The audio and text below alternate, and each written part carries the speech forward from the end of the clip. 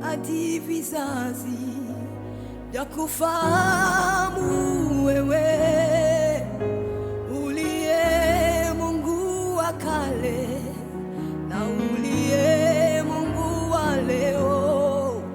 Kazi zako zaonyesha ukuu wako wewe, umetukuka, umeinuliwa ewe Bwana.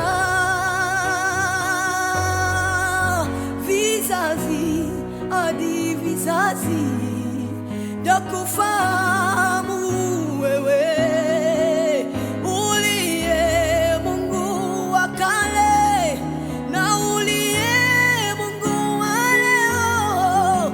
Kazi zako zaonyesha ukuu wako wewe, umetukuka, umeinuliwa ewe Bwana. Kweli kweli wewe, wewe ni Mungu. Oh, kweli wewe wastahili, wastahili. Umeketi juu sana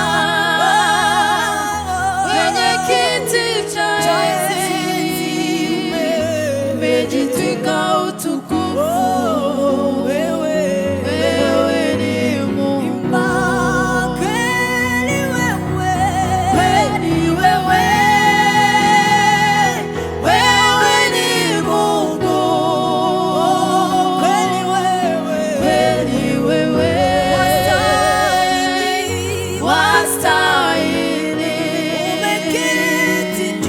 Umeketi juu sana